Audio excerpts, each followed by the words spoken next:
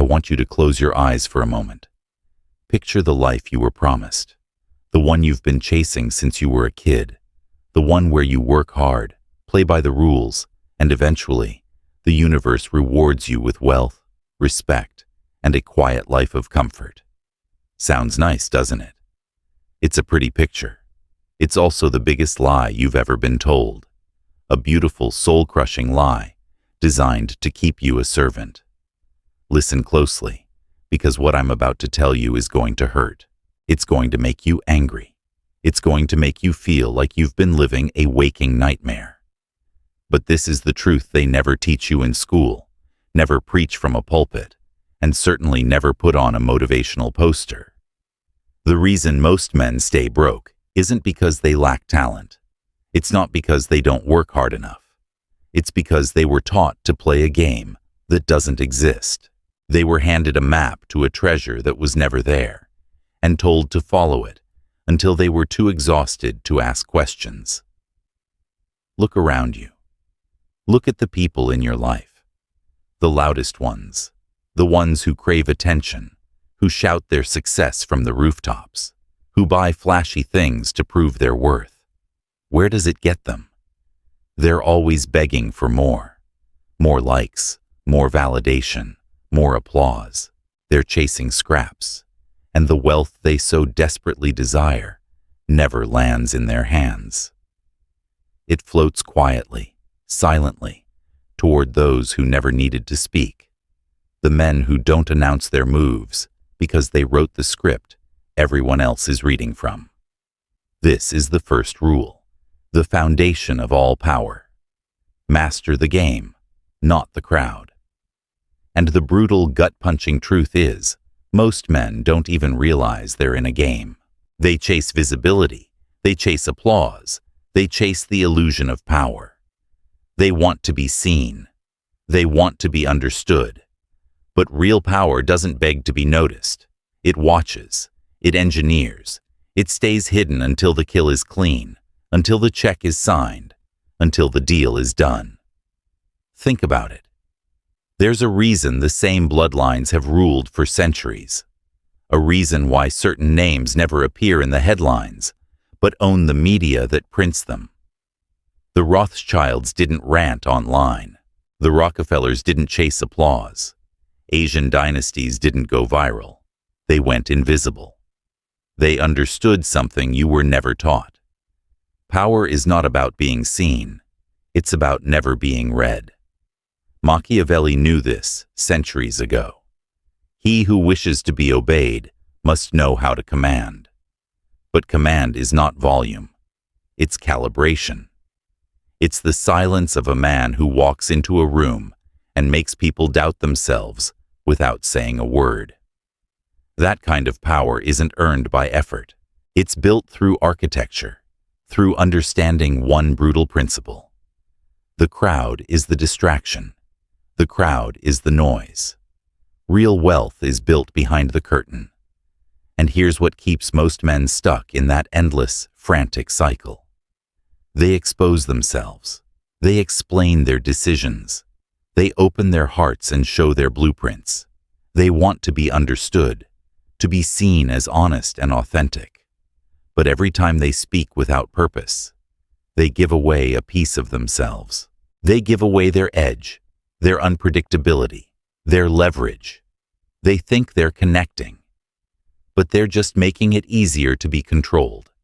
They're offering a map to their own destruction, and all for the cheap thrill of a nod from the peanut gallery.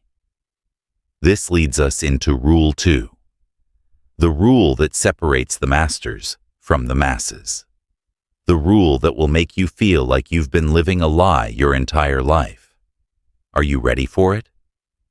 Rule 2. Build multiple faces. Show only one. The man who remains powerless is the man who shows the same, single version of himself to everyone he meets. He's the guy who tells his boss about his messy divorce, his friends about his financial struggles, and his date about his deepest insecurities. He thinks this is authenticity. He thinks this is strength. But the elite know better. They understand that every environment requires a different version of power, a different version of the man. They have one face for negotiation, unflinching, analytical, and cold. Another for seduction, charming, mysterious, and effortlessly confident.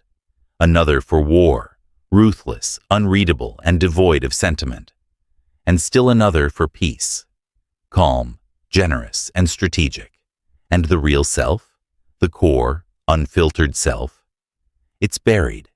It's not because it's fake. It's because it's sacred.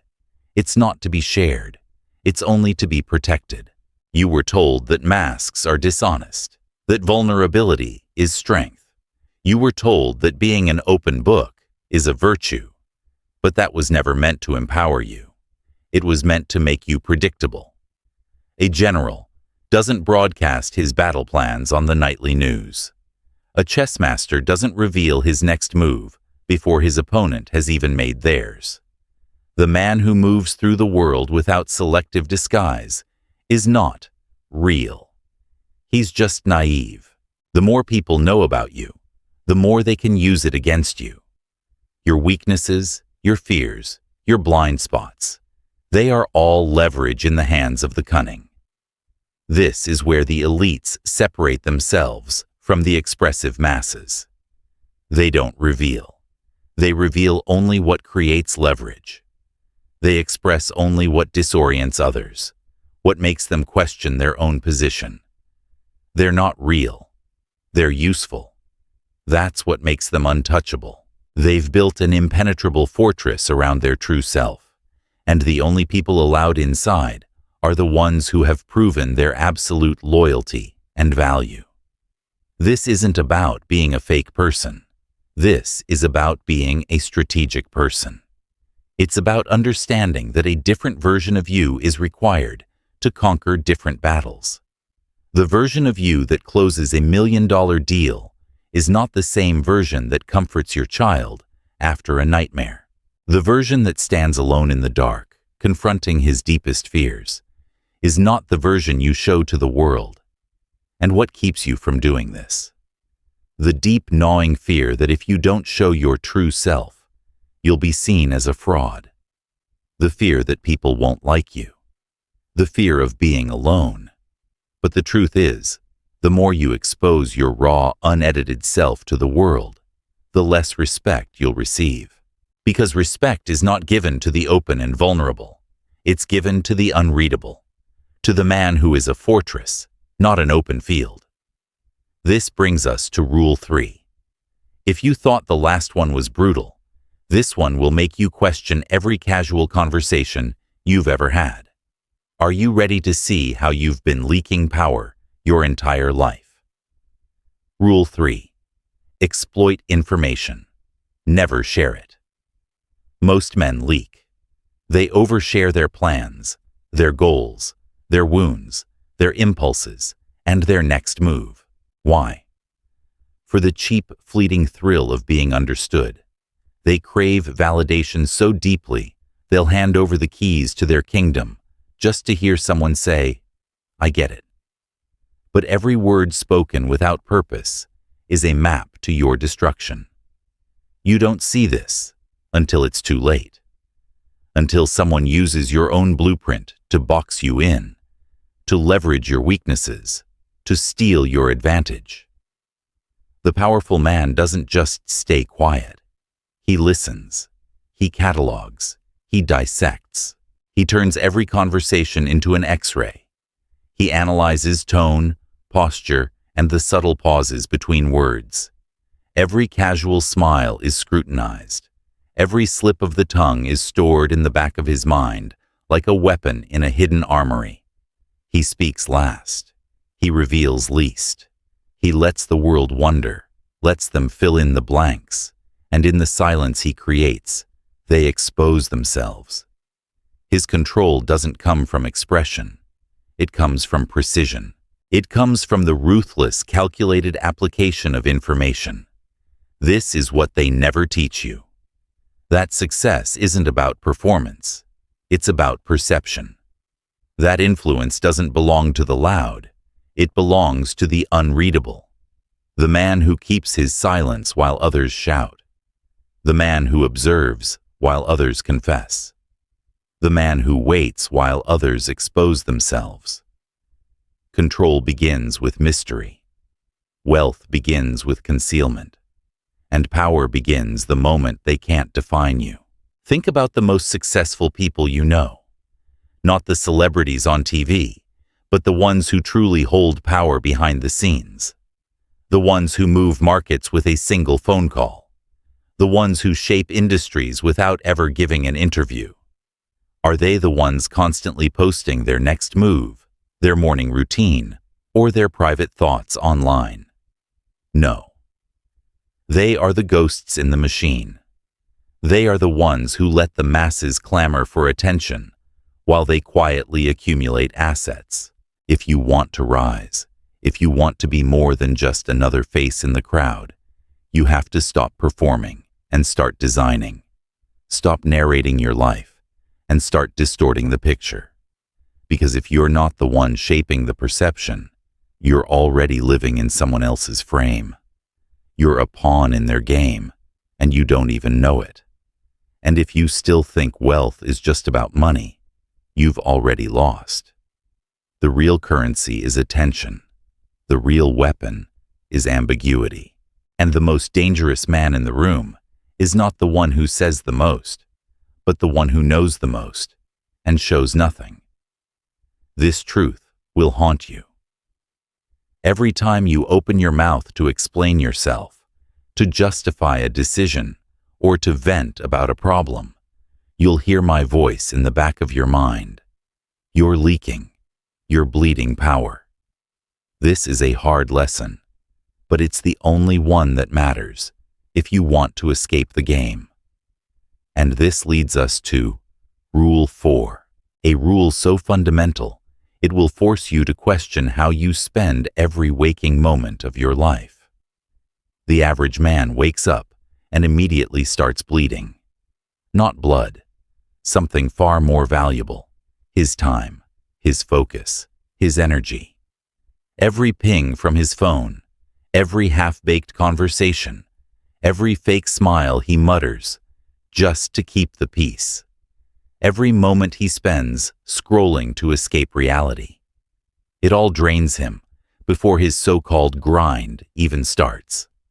And he wonders why he's always tired, why his efforts produce so little, why no matter how hard he works, wealth never seems to come. This is the fourth rule, and it's a brutal one.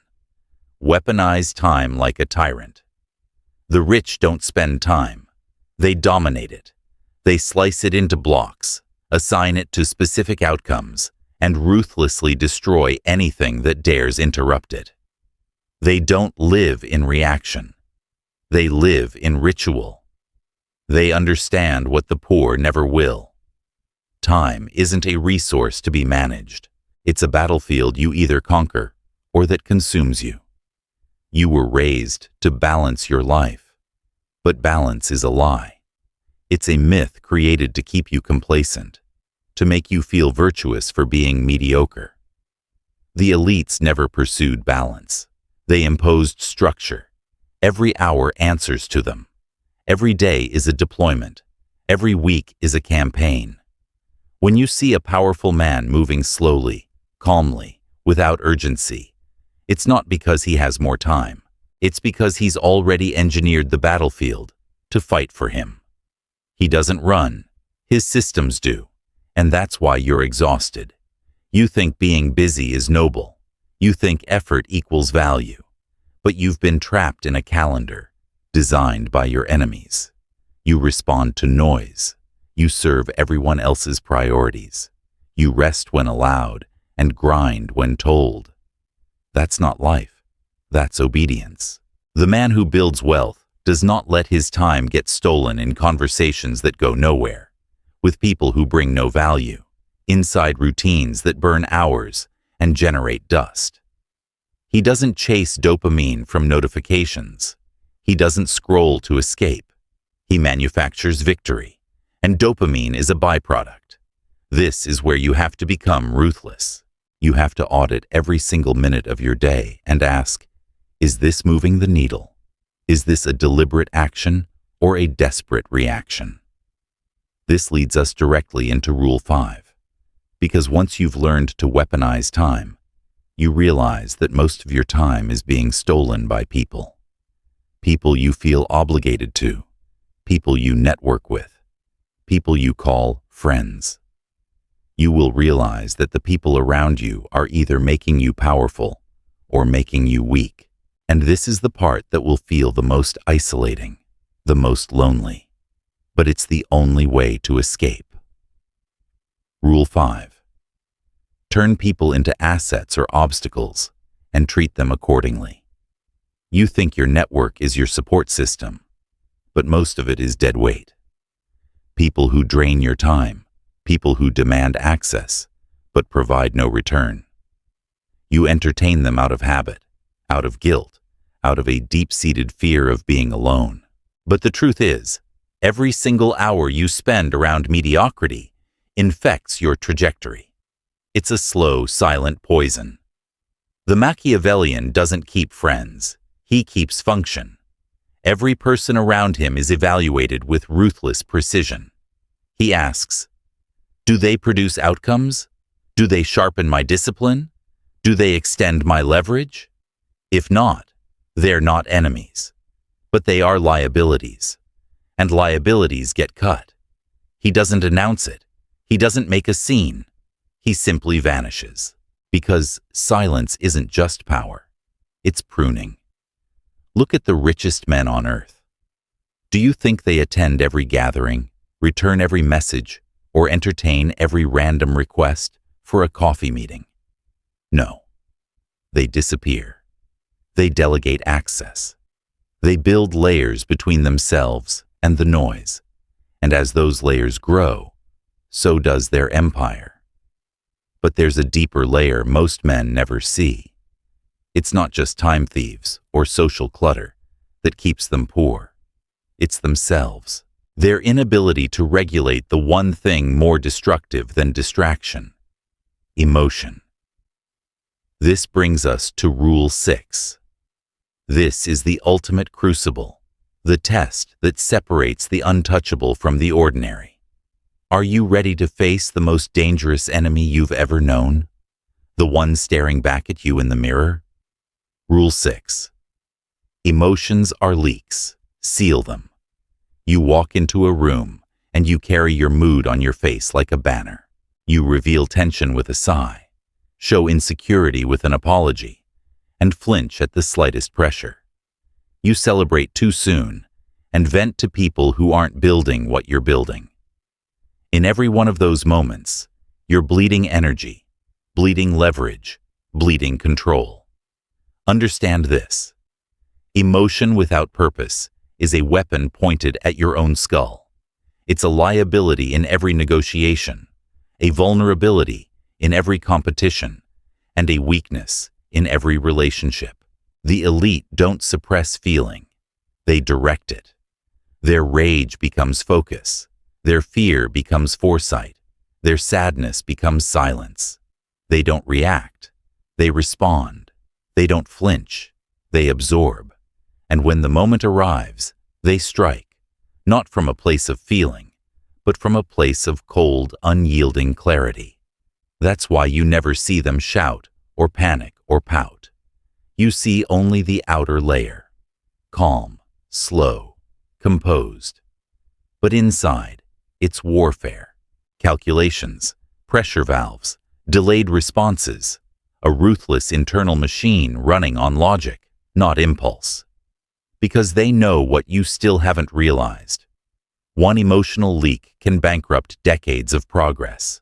So, they seal everything.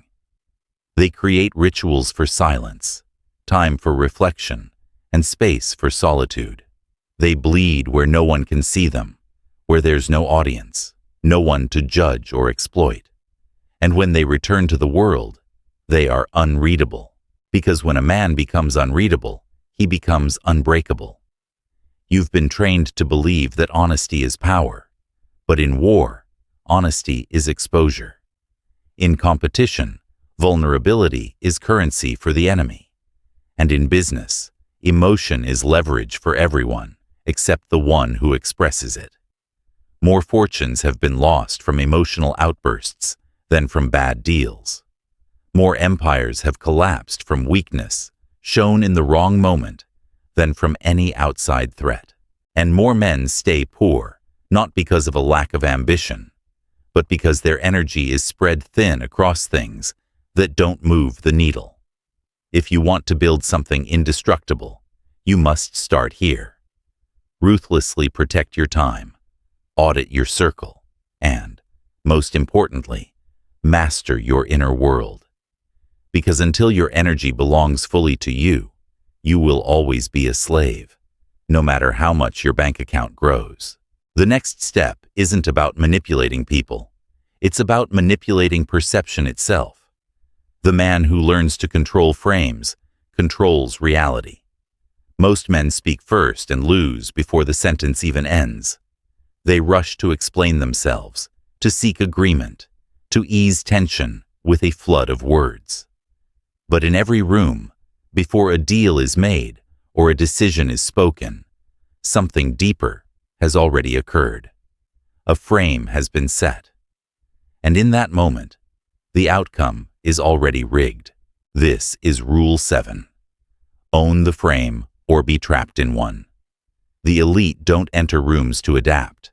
They enter to bend reality. They choose their words like weapons, use pauses like traps, and smile not to comfort, but to disarm. They know this. It's not about what's true. It's about what feels dominant. What gets accepted first becomes the lens through which everything else is judged. Watch a Machiavellian mind work, and you won't see aggression. You'll see gravity. When they speak, people don't interrupt. When they enter, silence follows. Why? Because they understand the primal rule of human perception. Authority is assigned to the one who seems least desperate to claim it. Look at the great manipulators of history. Talleyrand, the silent advisor to Napoleon, said almost nothing, but when he did, empires shifted. Observe someone modern like Ray Dalio in a meeting. He doesn't compete for dominance. He defines what dominance means. He doesn't sell ideas. He frames the landscape so his ideas seem inevitable. The weak man argues on other people's terms. The powerful man redefines the terms so others argue inside his design.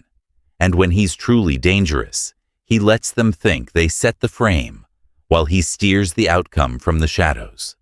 But frames aren't just verbal. They're psychological architecture. They're built in the eyes, in the timing, in the stillness. They're not about who speaks loudest. They're about who sets the rhythm. The man who delays his speech, who waits for silence, who responds after absorbing everything. He doesn't just control the frame. He is the frame. You want to know why you've been losing. It's not because your ideas are wrong. It's because you've been speaking from inside someone else's world, a frame that defined you before you opened your mouth. And now, no matter how hard you try, you're reacting, not leading. This is a chilling realization, isn't it? That you've been fighting a war you didn't know you were in, on a battlefield that was never level. And the only way out is through knowledge, through the relentless pursuit of understanding the rules of the game they never wanted you to know. That's why the next rule matters more than any motivational quote or business hack. It's the one thing that separates the master from the fool. Rule 8. Feed the mind relentlessly, or be ruled by those who do. The man who doesn't study power will always submit to someone who has. And the man who reads casually, listens occasionally, and consumes information like a spectator. He might feel smart, but he is still programmable. He's like a soldier, with no armor, no training, no plan, standing on a battlefield. The elite don't read for inspiration. They read for weapons. They don't listen to learn. They listen to decode. Every podcast, every page, every moment of reflection, it's an extraction of tactics, of patterns, of unseen leverage. While the masses chase entertainment, the elite sharpen their edges. They don't wait until they need wisdom. They embed it before the war starts. That's how they stay 10 steps ahead. That's why they don't panic when the market shifts.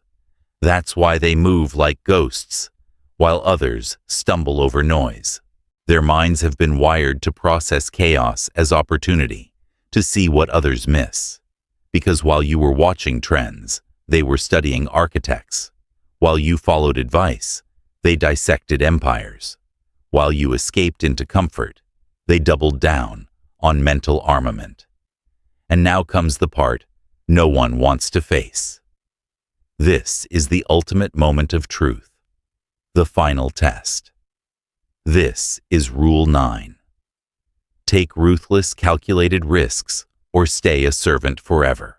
The biggest lie you were sold is that safety is success, that if you avoid loss, you'll somehow rise, that if you minimize failure, you'll win.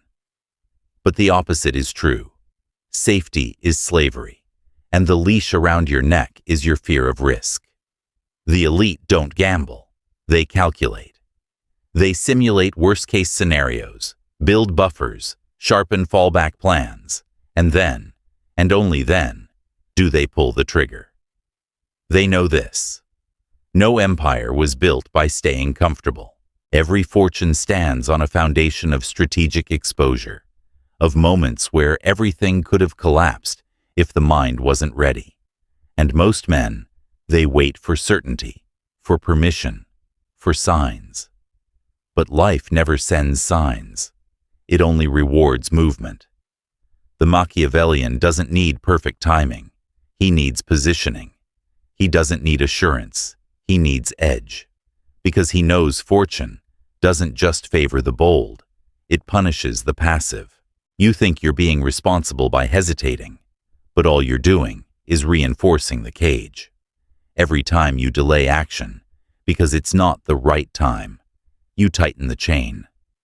Every moment you choose low risk over growth, you declare your status as a servant. The men you envy didn't avoid risk. They mastered it. They made bold moves when others froze. They didn't always win, but every strike sharpened their strategy, and over time, their risk tolerance became a weapon the average man couldn't comprehend. Understand this. You're not poor because you failed. You're poor because you've never put yourself in a position where real failure was possible. You've lived a padded life, and padded lives create padded men. Soft, slow, replaceable. But the moment you rewire that instinct, when you start chasing positioning instead of pennies, when you seek intelligence over comfort, when you command the frame and bet on yourself, even when the odds shake you, you stop being ordinary. Because money doesn't follow caution. It follows gravity. And gravity belongs to the man who bends perception, thinks like a killer, and moves before he's told.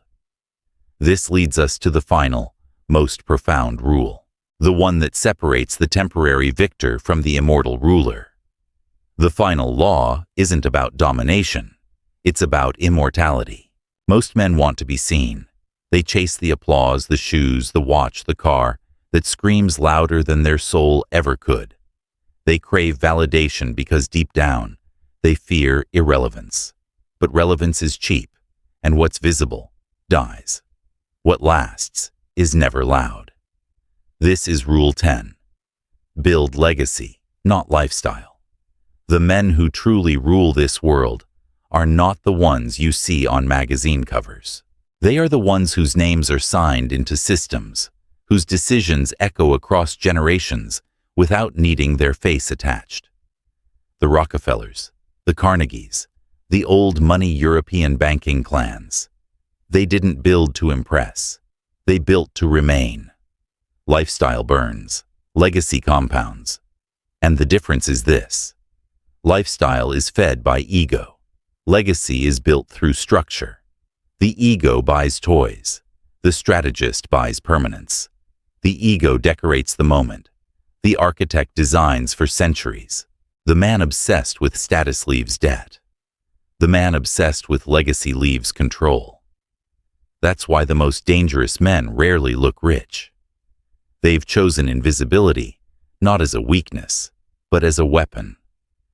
Because every time you flash wealth, you create a target.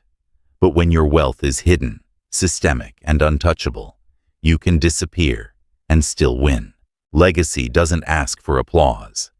It prints it in the form of systems that feed your bloodline, cash flow that never checks the time, ownership that cannot be fired, influence that outlives your voice.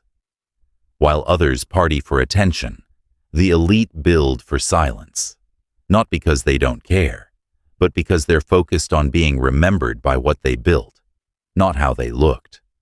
You weren't born to impress strangers.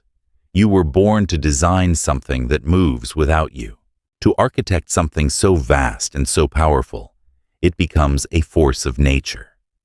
These 10 rules are not a guide to getting rich. They are a guide to becoming untouchable. This is the game you were never told you were playing, but now you know. And knowing is the first step toward true power. If this knowledge has shaken you to your core, if you refuse to stay blind to these power games, then subscribe to the Stoic Philosophy channel. Because what's coming next, they'll never teach you. Thank you for watching this video here on the Stoic Philosophy. If you found value in this, I invite you to explore more videos on the channel. There's so much more wisdom to uncover. And don't forget to subscribe so you won't miss the next one. Thanks again for being here, and I'll see you in the next video.